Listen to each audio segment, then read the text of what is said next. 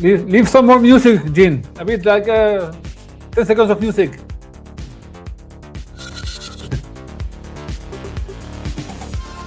I think we nailed it with this music, eh? This is amazing. Okay, guys, welcome to a new community call of Kleros, April 29, 2016. How are you, Jin? All good? Doing great. And you? I'm doing great. I'm super, I don't want to say excited, but I'm following very closely all of the things that are happening in DeFi now. Unfortunately, lots of things that we at Kleros said in the past are starting to happen. And I think we did the past 2 calls. We spoke about the Aave thing drama, and I think even before the Aave drama started, it started with CowSwap, right? Yes, there was like a DNS hack of CowSwap, and I think a week before that there was another big hack on Rift. So yeah, it's been a couple of weeks of events on DeFi. It's like, kind of an increscendo situation where we have been talking a lot about DeFi risks and how Kleros can help in this ecosystem. This is something we have been researching a lot. And also, I mean, in those calls, I mentioned at some point, I think there were some similarities between the Aave situation and a panic that's happened in the 1907 in the US financial system. And I got quite some messages of people asking me what I meant about that. I mean, one of my interests from my whole life was, understanding financial history and understanding how money works and the credit and, well, because governance is very connected to all this. And then, so I read lots of books about that, like the Milton Friedman Monetary History of the US, Rothbard's What the Government Has Done to Our Money, and others I will mention later. And to me, when I saw all of this Aave situation, it rang many bells about how financial system that is not regulated without a central bank that can coordinate actors can escape situations as what happened this week, and how this is very similar to the U.S. system in early 20th century when very big crisis hit. But I'm going to share my presentation so we can just move into it directly. 1 second. This is okay. Should we do it from here, Jin, or or share the screen? I don't know. I think we can do it here. Like if there's an issue with the video, I can play it separately. Wait, so let me see if I can. I need to upload this again because I uploaded it before that you shared the 1 second. So for you guys to see that this is all like live TV, I mean, we're not recording things in advance. So actually, this presentation, I did like very fast, last few days because of people asking me to explain more what I meant about that analogy. So, it can be a bit, you are very used to me doing very polished, presentations. This one can be a bit like unpolished around the edges, but I hope it will make my point. And it's just a few general ideas. I don't intend to say that this is exactly what happened and this is a perfect metaphor, but you will see some interesting things. So let me get started. Yeah. Can you see it? Let me just make one comment. Yes. Before you start, because we had like the last week we discussed this while it was still like very fresh and nobody knew what would happen. And then we started seeing like some opinions of people, and lots of people, I think, were kind of arriving at the same conclusion. So I think it's very good to have like this presentation kind of like tie in some knots. Yep. So yeah, this was my comment. Okay. A lot of the things that we, while we speak, some of the things I already like said publicly before. Other things were buried into like our Kleros Slack channels. And my opinions, of course, not the company. But okay, let me get started. So one of the things that you have already learned participating in our calls is that, or following Kleros, is that we draw lots of parallelisms and learnings from history, and we love this sentence by Mark Twain that says history never repeats itself as it rhymes. I mean, it seems that Mark Twain never said this, but for purpose of continuing with coherency of what we said before, let's assume he said this. And we let me tell you a bit about the US and central banks. So US starts the revolution, 1776, constitution a decade later, and then one of the main topics of the US during the 19th century and early 19th century was the question of should the country have a central bank or not. And there were like huge discussions. Founding fathers had like very strong opinions, and they were quite divided about the idea of US having a central bank. So they did try with one central bank at the beginning, then that was dismembered, and then they had another one. And then there's this guy, Andrew Jackson, who I understand that Trump is a big admirer of this president of the 1830s. He devoted most of his term to try to fight the central bank and then prevent the charter to be renewed after it would become it would end, expired. And he succeeded. And so the US did not have a central bank for all of the 19th century. During all this time, they had lots of financial crises, a banking crisis, a bank runs. There was a very big one happening in 1873 with lots of banks going bankrupt. There was another one in 1893, and there is this play that is actually based on the War of Wealth. Is a play, I think it's Broadway, or maybe it was not Broadway back then, but it's a play based on the bank run, on the human drama around that 1893 crisis. And at that moment, if you had your money into a bank and that bank went failed, then you just lost your money. There was no FDIC, no nothing. So you just lost your money, and that's it. And so in 1906, there is a big earthquake in San Francisco, a very big earthquake. The city gets destroyed, and this requires lots of resources to reconstruct the city, and then this puts under a lot of stress, loans, banks, and in 1907, there is a group of brothers that they try to do a group of degen brothers. They try to do what people in finance call a short squeeze. That is try to find if you think that there are a lot of short seller positions in particular stock, and you think they will not be able to find enough stock in case they have to face a margin call, then because you control most of that stock, then they will have to go out and buy it, and then the price would go up a lot, and you will sell the stocks you own of the company at a very high value. It's a market manipulation type of thing.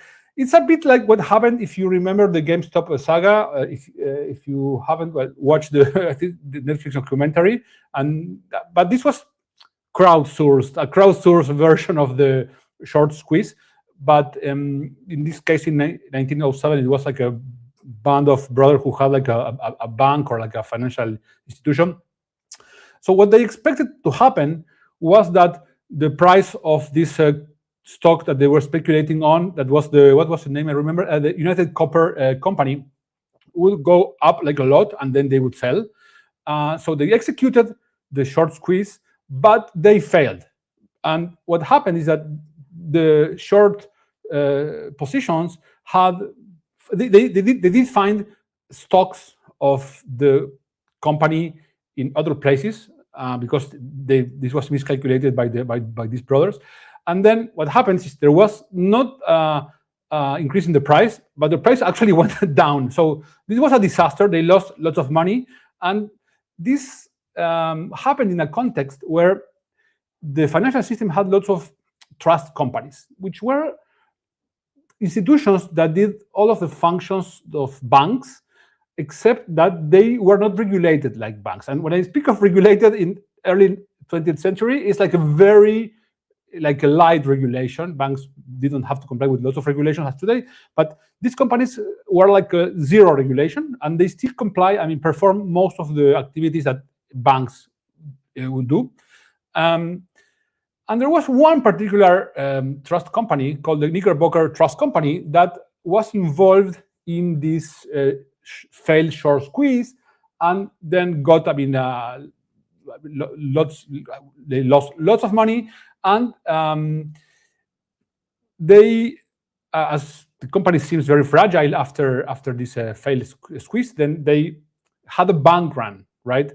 And as people started to see that there was a bank run against this company, they started to also try to pull their money out of the other companies, of trust companies. Okay, so, and this created like a perfect storm scenario where everyone went to the, all day, like a bank runs, that people would go to the bank and knock on the doors and give me my money, kind of thing. So this is what happened back then. And what made things worse is that the banks, the regional banks of the US, they had most of their reserves were deposited into these trust companies. Why? Because since these trust companies did not have to comply with the banking regulations, they used to offer a higher return on the deposits because of higher, they were able to run a higher risk. And also, this benefited these banks. So when these banks see that the run starts, they go and try to pull their money out of the trust companies. And since everyone, the depositors, the clients see that everyone is pulling out their money, they go and try to pull out their money. So the money that was deposited in these trust companies in New York was at the end of the day collateralizing most of the banking system in the US, right? So this created a cascaded effort, and this is where things got very complicated, because how could they stop a system level run without a lender of last resort? Because as we mentioned, the US did not have a central bank because they decided not to have it in the 1830s. They had many bank runs in the past, and banks used to go bankrupt, and then people who had their money there lose the money, and that's it. And then the system would restart.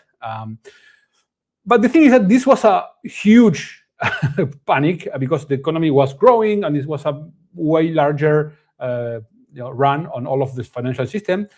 And since there was nobody to, no central authority that could rescue the system, no possibility of bailout, there is this guy, John Pierpont Morgan, that of course you know who he is. This is the founder of the JP Morgan bank, and he kind of stepped up, and everyone recognized him as the reputation, the high reputation, high prestige guy who can coordinate a way to save the system.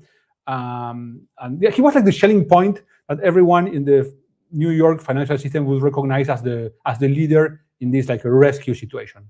And he actually took this very seriously, and he coordinated lots of meetings with the bank leaders and the trust companies leaders and all of the other financial leaders of New York. And those meetings were held into this place.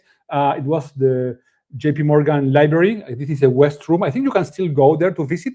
And this room, was where the orchestration of the big rescue happened. And it was a place where you would see lots of the collective action problems that he would ask bank leaders to put money, make donations to save the falling banks. And people would say, okay, my bank is also having a run, so why should I share some of my liquidity if I will put this there, and maybe then I am going to be attacked, and then I'm going to run out of money. So all of this, a very interesting game theory situations where you have a collective action problem where if everyone acts, the system is saved, but nobody really has an individual incentive to act because of losing the very little liquidity they had.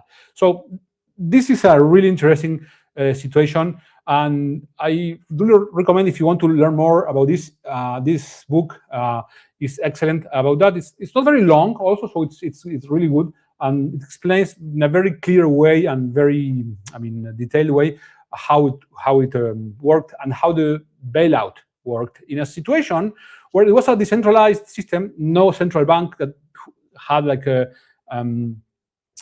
special powers to print money and give credit of last resort. It was a decentralized system that coordinated in order to save it. Okay, and what happened after this is that we had so one famous meeting that happened at Jekyll Island. Is an island off the coast of Georgia, where a bunch of the leader of the banks went there to draft the legislation of what would become the Federal Reserve. The Federal Reserve Act happened in 1913, and there's lots of stories about the people who participated in that meeting going in secret, like in disguise, so people would not recognize them on the train. So all of the thing. So there is lots of conspiracy theories about this as well. And if you want to learn a bit about that, do recommend this book. This is a big book, so it will take some time. But The Crypto of Jekyll Island is a story of how the Fed was created, and yeah, if you are into this, I do recommend this. Okay, so this is a bit what I was thinking when I was comparing the Aave saga to the what happened in the Panic of 1907. So in the Aave saga, we also had previous situations of crisis. For example, in the 1907, there was the 1873 crisis, 1893. So there has been some warnings in the crypto ecosystem. Also, we had some DeFi collapses. We had a bunch of them. So some of the most important were Terra Luna and FTX, and then we had a CoSwap, another one. We had a bunch of them, and also in a system where lots of the protocols were offering financial services, lending, taking deposits and lending money without lots of, without a regulated system. These protocols, DeFi protocols, are not regulated like banks. Still, they perform some activities that are performed typically by banks. And these were a bit the equivalents, if you want, to the trust companies of the early 20th century. And since they don't have this regulation that banks need to comply with, they also are able to offer higher returns through offering to running more risks in the way they collateralize their loans and the amount of reserves they had.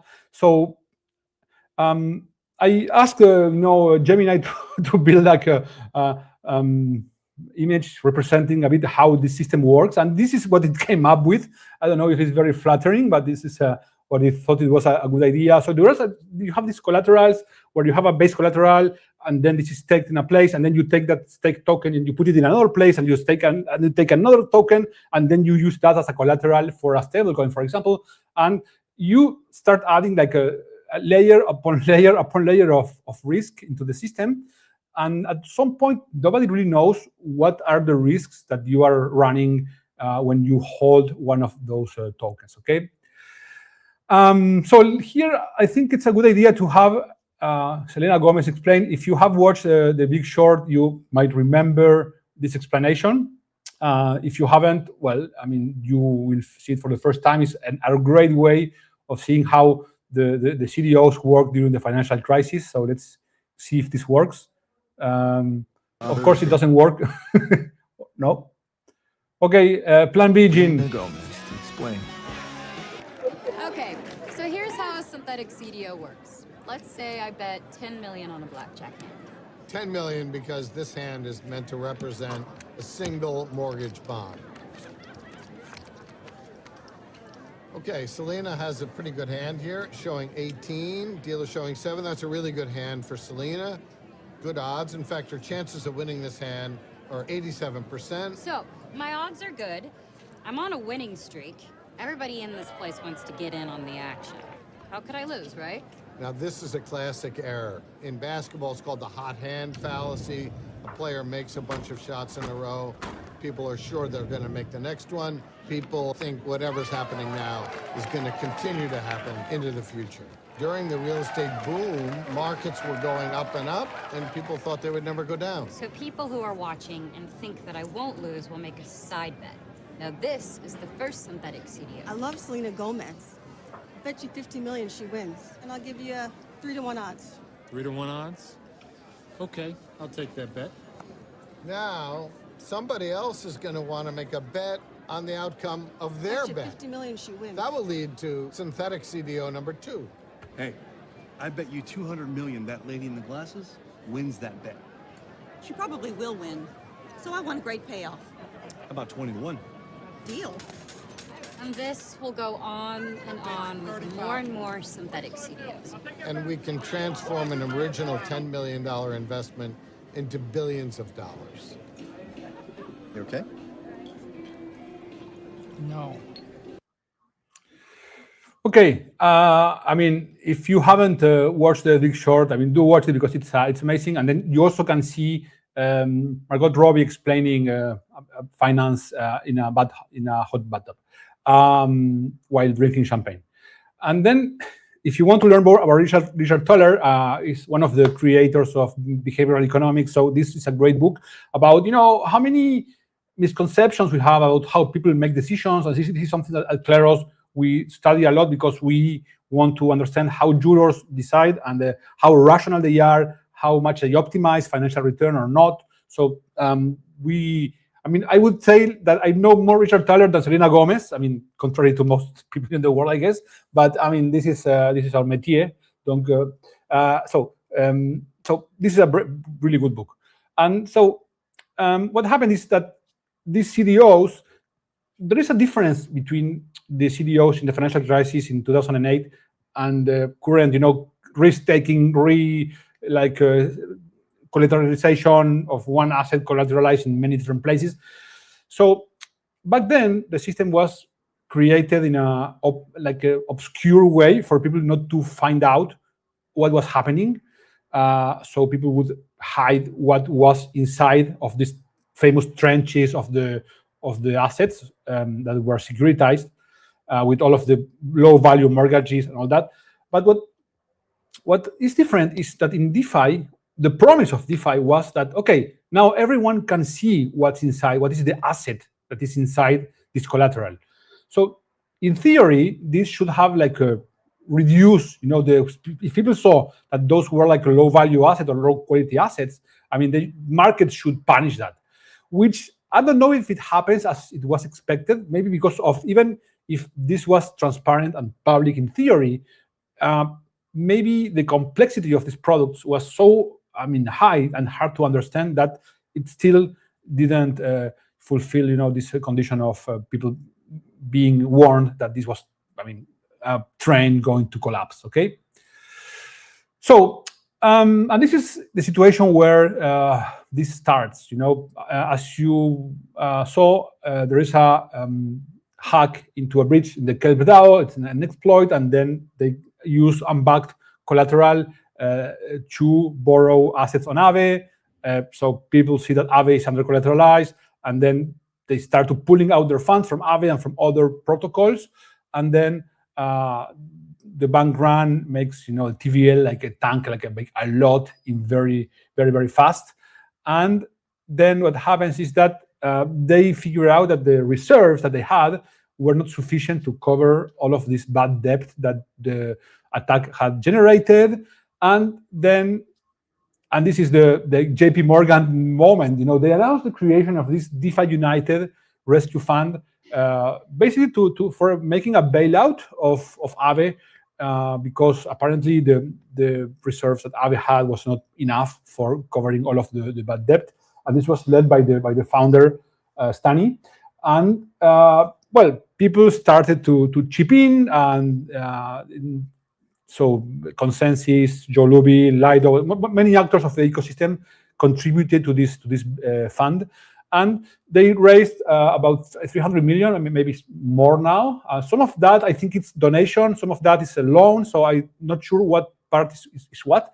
But the truth is that this was enough for covering the bad debt that was created, and then Aave was saved. Okay, and here is what you can see, some of the rhymes between the Aave and DeFi United and the 1907 situation. First, this is created because of the existence of some actors in the financial system that act as lending platforms, but that they are not regulated as banks. They don't have the same reserve requirements and the same disclosures that are needed. In particular, people were arguing that the decisions of what collaterals to accept into those protocols is not always very transparent, in the sense that people argue that there could be conflict of interest between the founders of a project, of a lending project, and the collaterals that are accepted there. And then this could create situations where there is lower quality collateral that is accepted, that in a situation of a regulated industry, this would not have been acceptable. So this is one situation that there were lots of accusations of this. Then there is a contagion mechanism, like a problem in one particular bridge, in the Kelp DAO, then creates like a big, problem systemically, because of how everything is connected, in the sense that as regional banks in the panic of 1907 had deposits into the New York trust companies. So this one collateral in a protocol being used in many other protocols can create a under collateralization that affects all of them at the same time. Then mechanism for emergency liquidity.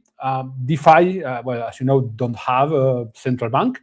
The US 1907 did not have a central bank, so we had to see contingent individuals with particular interest in the situation step up and put money for saving the system. In the case of 1913, we saw that JP Morgan was the person that was leading this effort, and JP Morgan, his bank was not particularly compromised in the situation, and he just stepped up, because if all of the system went bust, his own bank would have been affected. So he pledged, I think, 12 million of his own money to help save the system. And a similar thing happened today in DeFi United, that it was led by Stani, but who did have obviously a more important interest in Aave not collapsing. An important difference here is that the 1907 crisis took days to unravel, and on weekends the banks were not working, so people would not pull their money during the weekend. DeFi is 24/7, so maybe you go to bed at night and your protocol is doing okay, and you wake up and then you have like a multi-million-dollar bank run. So so this is something that is going to be like a big problem, because the possibility of making decisions in such short time, especially in a world with more and more agents doing this decision, will be complicated. I think this is an open question, how this is going to be handled in the future. And then the aftermath and the response. So as I said, the response from the traditional banking system or traditional finance system in the early 20th century was the creation of the Fed, that was a mechanism to provide liquidity in situations of high risk and systemic high risk of contagion. It's going to be, we have to see what happens with the DeFi ecosystem, if there's going to be a new mechanism, and I will speak a bit more later. The good news here is that, when I was explaining the situation to my aunt Rita, to Rosita, no, Rita is my other aunt, I told her that the rescue was about 200 million. I mean the bailout, and she told me like, well, I mean 200 million. That doesn't sound like a lot, for big, like finance guys, right? And I started thinking, and then okay, yeah, it's still a small ecosystem. 200 million of bad debt. That's not a lot. I mean, Aave is the leading lending protocol in DeFi. And the leading protocol in DeFi could have, been like going down just by $200 million bad debt. So when my aunt, who knows a bit more about TradFi, she was like very much like having fun at our expense, because for a TradFi company, like 200 million should not be something that will like make collapse the largest bank in the world, and it should not be a lot, in order to threaten with collapse of the most important lending protocol in DeFi, right? So this is something we need to own this, and for you to know a bit of how big is this amount of money. I mean, this is another thing my aunt sent me. She sent me this, and she said, okay, JP Morgan, the largest bank in the world, spends 236 million just in legal fees during Q4 of 2024. So this is what they spend in lawyers in just one quarter. And the most important lending protocol in crypto, needed like help to survive a 200 million a hole in their books. So this is interesting to put everything in context, and it's a good thing that this happened now, and there is the possibility of thinking ahead with more time of what to do, but not a lot of time, but thinking a bit about this and thinking about where do we go from here. There are maybe three possibilities in the future. So one of them is some on-chain equivalent of the Fed, maybe a smart contract with funds in it that is pre-capitalized, and that has like some conditions to release funds to whatever protocol that needs them and complies with a number of conditions to receive those funds. This is maybe one possibility. Another possibility will come from, I think, the off-chain world. But like, for example, Mika has some conditions for stable coins, collaterals, and all that. The off-chain legal world, governments can and probably will have something to say about this.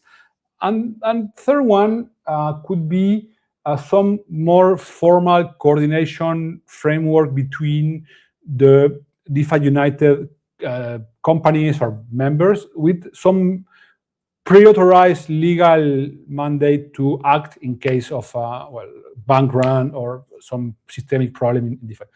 This might be the three possibilities. Maybe a bit of each will happen, maybe none. Hopefully some of this will happen. Or we might risk having another crisis which would be like maybe bigger than this one. And well, of course, I'm here to tell you a bit about Kleros. So we think that Kleros can help decide which collaterals to accept for collateralizing, for backing stable coins. And these collaterals should have some predefined risk profile. So people will not say that, oh, this collateral was accepted because of the founders of this protocol are friends of this, or they are just the same founder. So these situations of conflict of interest that are regulated away in the world of TradFi, some of these maybe will come into the world of DeFi, and I think Kleros can help verify which assets should be accepted and which not. So it's a good thing also that we are currently writing a paper with William about how Kleros and DeFi can work together, how Kleros can help secure DeFi for avoiding this type of situation. I mean, I promise we have nothing to do with the hack. I mean, we were working on this before, and then the hack happened. I mean, I guess these ideas, were already floating in the air, but this is very timely because in this paper, we explain very well different types of mechanisms, some of them certifications, other distributed solution, that can help build a more secure DeFi system. And well, a DeFi system where people can actually use it without the fear of like just waking up in the morning and seeing that all their money was gone because of a bad risk or bank run, etc. So thank you very much. And I mean, this was a bit the ideas I explained. I mean, I hinted at like last week. So I think there are a lot of similarities, as we said. Financial history has lots of things to teach us about how people coordinated in the past and how they ended up building more resilient systems. More resilient and not perfect, because even after having a central bank, we still had lots of banking crises, lots of monetary crises, and this is not a panacea, but it may be one of the mechanisms that can be used and of course improved upon for building a better DeFi. Okay, that's what I wanted to share with you, and let's have, I think, Fortunato. Are you there, Fortunato? Hey, hello, Federico. Cool. I'm good. And you? Good. I'm excited about the Kleros being able to help solve these problems that happen in DeFi and see how we can make a more secure world for everyone. I mean, why don't you tell us a bit about how this works and what are our plans for the future? Yeah, I will go straight to the point, and actually I would start from your examples. I think one of the reasons, I think there are two reasons why we have saw these kind of problems coming. The first one is, as you presented, it's coming from traditional finance. It is related to maybe the negative similarities between DeFi and TradFi, where we have these protocols that sometimes, in order to have more volume, they may be a bit more loose on the on the criteria for assets that they have in their protocols. So this is very similar with traditional finance and very similar with also what has been displayed in the Big Short. And the other point is it's something that I would say it's typical of DeFi, which is the scale. If we had this kind of problem in TradFi with all these synthetic assets, imagine the scale of this kind of new protocols and new assets being created on DeFi. Anyone can basically create that, and you have no history, you have no information about these protocols, and you just know that you can trade them. They start getting volume, and you have FOMO, and you want to participate, and this creates a sort of domino effect. So the two problems are transparency and scale that we identified, and they lead to this kind of problems. Now, the way we thought about solving them with Kleros tools, we thought about them not just for Web3, but also starting from Web2. And we got some very interesting, I would say, findings. 1 year ago, we had the webinar related to certification for biological products. And there was one detail that we noticed while partnering with these companies is when we offer Kleros tools, in this case, we can talk about Curate. A traditional company may recognize the advantages in terms of costs, that it's cheaper to run. They recognize the advantages in terms of performances, that they can verify more assets. But we feel that they are kind of concerned about potentially losing control over the verification. They think that it will be totally delegated to Curate, and therefore they will not be able to control what goes in their platform. One important point we want to underline at Kleros about Curate is that, is Curate 100% decentralized? Yes. Do you have to use it in a 100% decentralized way? not necessarily. You can delegate to curate a certain number of verifying a certain subset of requirements, and then you can still choose whether to approve that item or not. Let's take the example of Aave. For example, Aave could have just delegated to curate, making sure that there were 3 out of 3 verifier instead of just 1 out of 1. Curate verifies that, and then Aave still has the last word whether to list that assets or not. And this is not just, example that we are bringing and we just thought about it. It's something that we have done in past. In fact, you probably all remember about Adfinex. And the way Adfinex was using Curate was exactly in this way. They delegated to us verifying a certain number of parameters, a certain number of requirements. Curate gave them a list of verified tokens, and from that list, they would just list on their exchange just a percentage of them. So they use Curate to filter the entries, and from those entries, they would still decide what to list and what not. So bottom line, Curate is not just a tool that it's cheaper to run and it allows to verify at scale, but you don't have to necessarily give up on the control you have on the assets you want to list on your platform.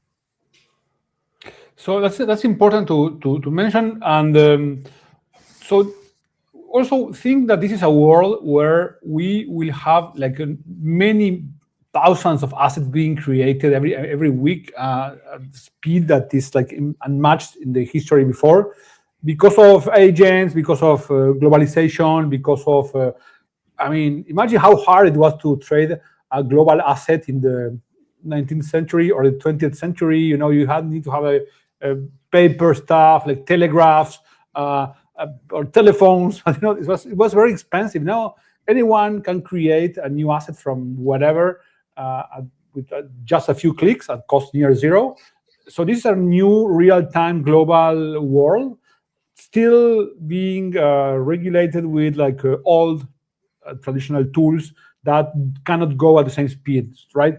So, and also a world where you have like these protocols. So this you can use if you are a centralized exchange. You can use this for verifying, for filtering the thousands of submissions you have. But think if you are a DAO, you really need a transparent way for people to agree on what tokens, because it's more complicated because you don't have like a very clear decision maker in the DAO. You will have people voting at some point of what collateral they want listed, and this is where you can run into like a theater of decentralization, where it seems that people voted, but it was like just the 3, 4, or 5 whales that control the votes who decided at the end what collateral was accepted. And if it happens that this collateral ended up in a bad situation, and this is what the accusations were. I don't know the particular case of Aave or others, but people were accusing, okay, you allowed for this token to be accepted as collateral because you're their friends, you're investor, you are whatever. So, and this is what you can eliminate with this list, right? Yeah, and one thing that just one comment about that is that like apart from like the way that the people are discussing and resolving this, one consideration that probably is like a big one is what will be the legal consequences, because probably it's possible that there will be some type of traditional justice like demand and some legal case on this, maybe on the part of Layer 0 or of KelpDAO, Layer 0, and maybe Aave might be involved. So this is probably something that the protocols might want to get right from a way of resolving this type of disputes, because nobody wants these cases escalating on the traditional justice, because maybe it will create like some bad precedent. Maybe it will just generate huge costs. So wherever that can be like resolved with a third party is like a benefit for the system. So this is another plus. Yeah, and one thing that I think it's worth to mention that now we are discussing kind of the worst case scenario, right? That there is like a bad protocol that is joining a platform and causing harm. But we also can think this in a purely positive way. Like Federico earlier mentioned that, anyone can create, new protocols, new systems, and they can be listed. But this doesn't mean that they necessarily have to be negative. Let's say that myself or a third party, they are no one knows them, and they create an amazing and super safe new protocol, but they don't have any friend in the big listing, in the big DeFi protocol that can push them. For them, it's really hard maybe to reach huge certifiers. They don't have enough funds. They have a very good protocol, and maybe they can struggle, get traction or getting listed, even if it's a very good protocol. With a system like that, you can give the opportunity to new and good projects to be listed in the same way as the huge one and gaining traction faster. So this doesn't have to be analyzed only, I would say, in a negative way, but it can also be very positive. If a platform enforces very strict rules, there will be maybe new and very safe protocols joining them. So it's not just a mechanism to be safe, but also to increase quality and I would say to motivate projects to increase their safety standards. I mean, we could say that this is like a kind of meritocracy for tokens, right? Instead of like seeing like the tokens that are good at making hype. I mean, I have been around for a while, in this industry, and I've seen like lots of pieces of garbage being listed in a very fast way, because there was some influencer who just happened to own a big piece of that, and then they promote it, and then I mean, I'm not going to explain this. If you are watching this, you probably are somehow connected to crypto, so you know this better than anyone. So like I think that this actually can be a great way to allow for a more meritocratic approach, to listing, right? Yeah, exactly. Right now, you all, even in, like I think we have to be honest, even in DeFi, it inherited this, this behavior from TradFi that still friendship matters. If you have a direct connection, it can help your token to increase value faster, or even something more basic, like just paying an influencer, getting more hype and increasing the price. It is really subject to this kind of influence. And yeah, so we have to highlight that there is a meritocratic take to this. Yeah, just to be clear, the fact that you love Selena Gomez doesn't mean that you should buy her token. That is an important thing to mention, as well, to have in mind in your due diligence process. Okay.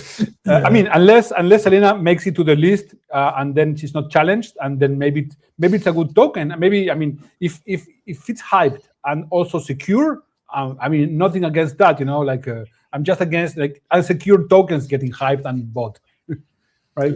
Maybe he will launch a restaking protocol. Selena Gomez restaking protocol. Aries Selena. And then you can combine tranches of Selena, Lady Gaga, and you can have like different tranches. And then don't get me started. Okay, anything else, Fortunato, about this, or we can continue? Yeah, we can continue. Super cool. Cool. Okay, thank you. And let's go now with William. And as I said, I mean, we are writing with William a chapter on DeFi and Kleros, and we are addressing. I mean, this happened at the perfect timing, William. Wouldn't you say? Yeah. Like, so as you were saying, we're writing this chapter on like how Kleros could be involved in DeFi, both like these like filtering things, basically all things you already said, and how you can also like include it sort of to like resolve disputes that might arise, anyway. They got things that got faster filters. So I look forward to people being able to read that. We've been working hard on it recently. Tell us a bit, William, for people who were not maybe here last week, maybe explain a bit more about the ex ante and ex post, distinction we made on this chapter for people to see a bit what are the different tools we have at Kleros for helping DeFi. Yeah, so the like ex ante mechanisms are like these types of curation things that you've been discussing, or if you want to list some tokens in a DeFi protocol, that it has to go through some kind of review process in advance, ante, that people have, before it becomes critical in some way in a system, that it goes through review, and this review can be subject to disputes.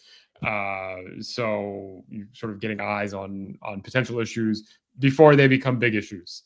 Whereas ex post, like, if you have, for example, some hack, and then you have maybe a DeFi insurance protocol, it will pay out in cases of hacks. Like then you get into questions of like, okay, did this hack qualify? Is it, what is like the policy for like payouts? Did maybe this hack did not meet the specific specifications to have a payout, and then you need frequently subjective human judgment to make a decision about those types of cases, and that's more of like an ex post mechanism. So you handle a problem arose and you have disputes that are now like real problems that you have to resolve somehow after the fact.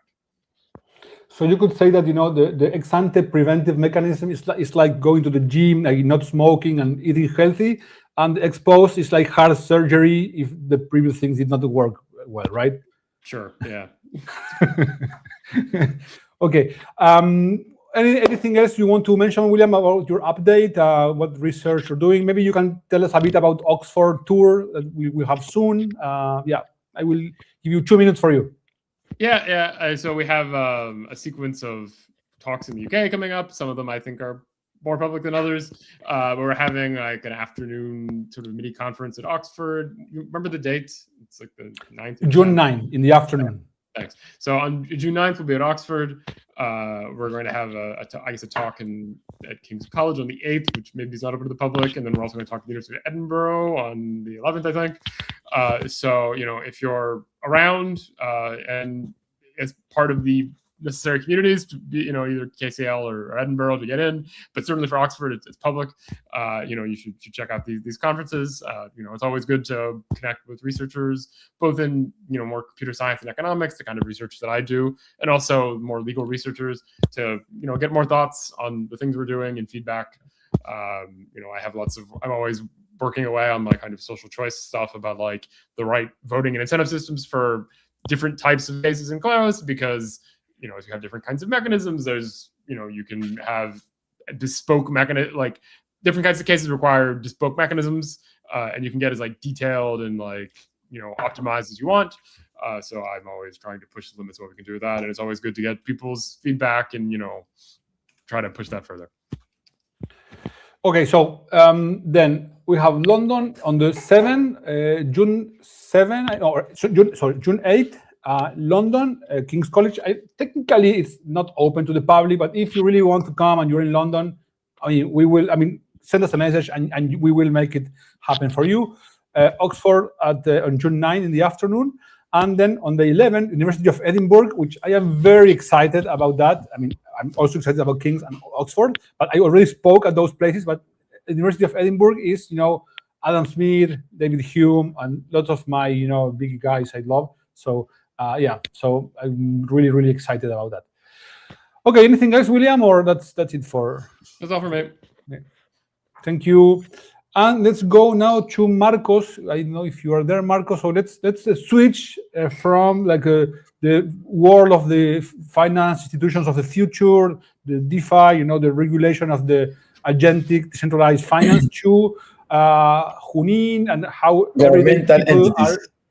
Governmental entities, and then see how the real world is interacting with this. Yeah, please go ahead.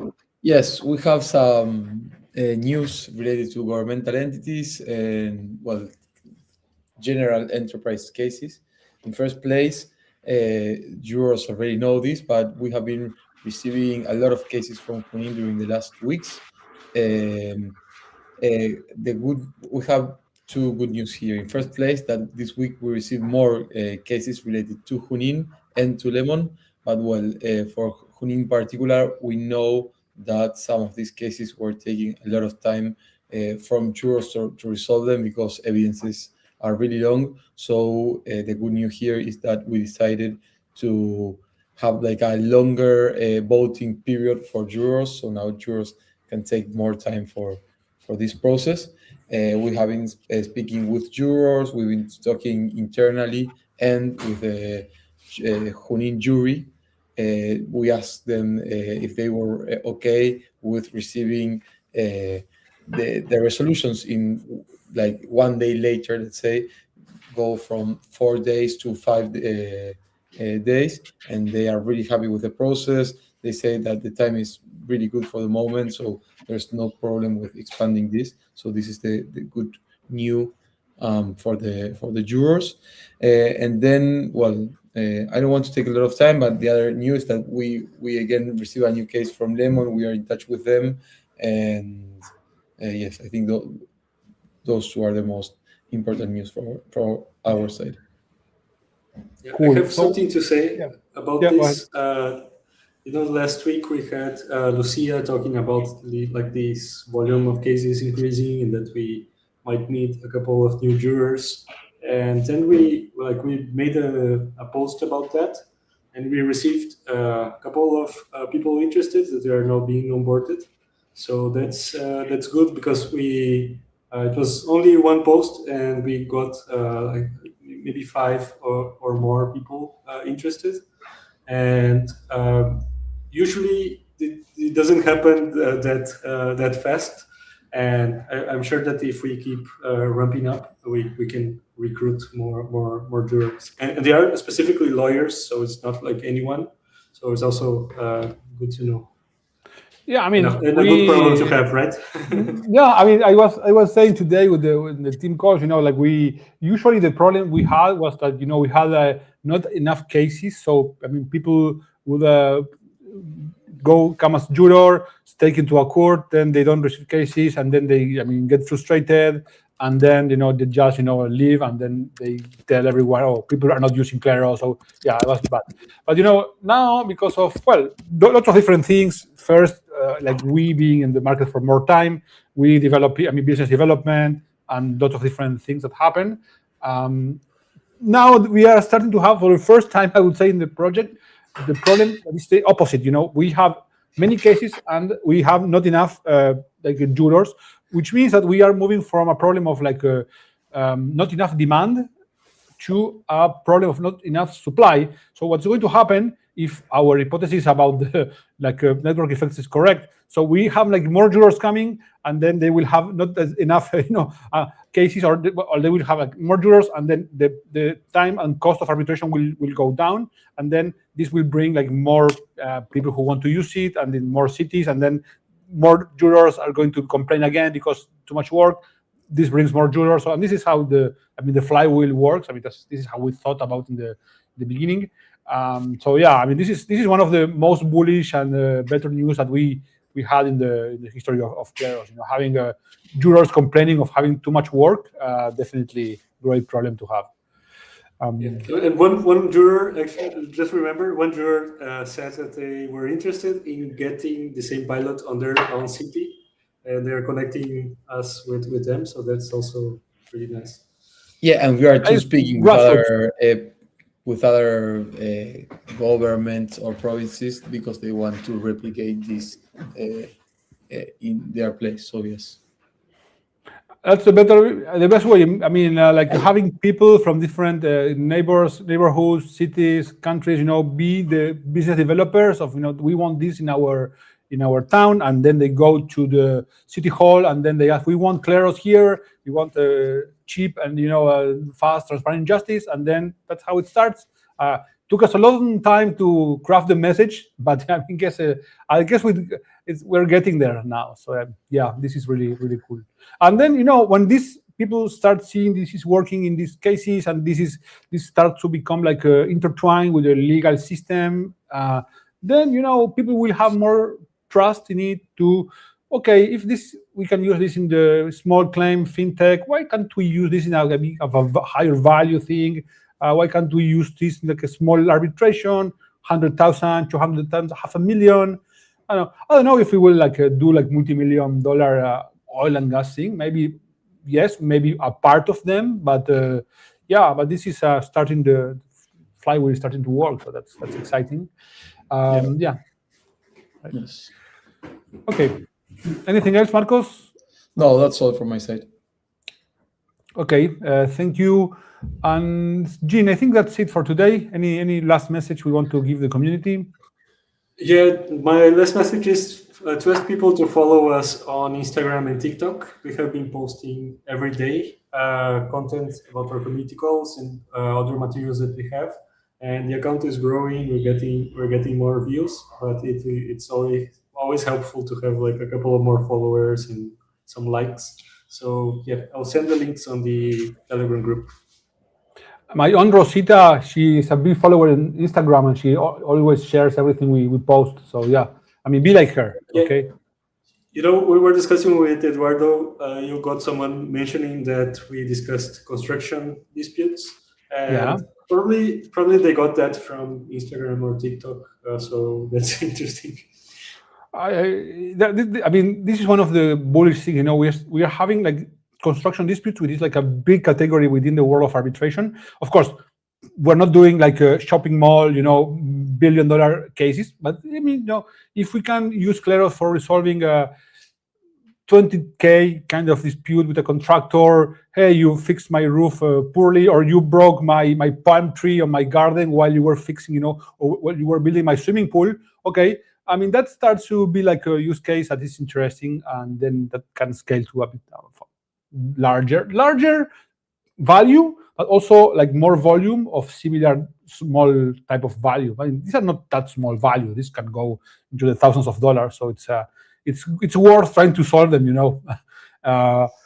Okay, I guess that's it then, Jean. Anything else you want to say to the community, or we're good? I think that's it for today.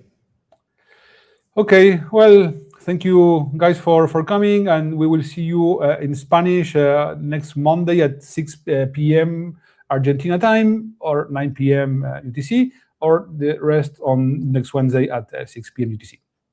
Bye-bye, guys. Thank you. See you. Bye, everyone.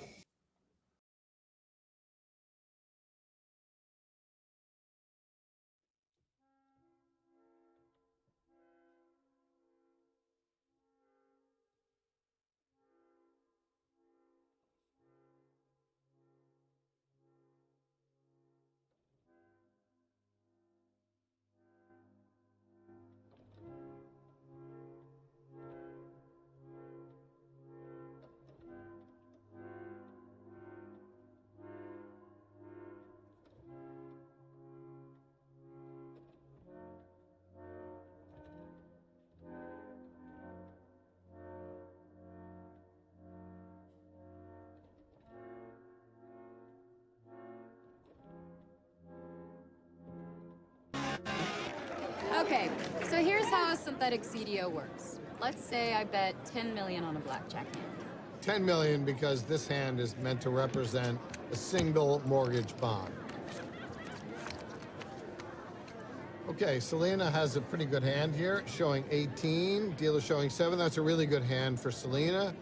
Good odds. In fact, her chances of winning this hand are 87%. So, my odds are good. I'm on a winning streak. Everybody in this place wants to get in on the action. How could I lose, right? Now, this is a classic error. In basketball, it's called the hot hand fallacy. A player makes a bunch of shots in a row. People are sure they're going to make the next one. People think whatever's happening now is going to continue to happen into the future. During the real estate boom, markets were going up, and people thought they would never go down. So people who are watching and think that I won't lose will make a side bet. Now this is the first synthetic CDO. I love Selena Gomez. I bet you 50 million she wins, and I'll give you 3-to-1 odds. 3-to-1 odds? Okay, I'll take that bet.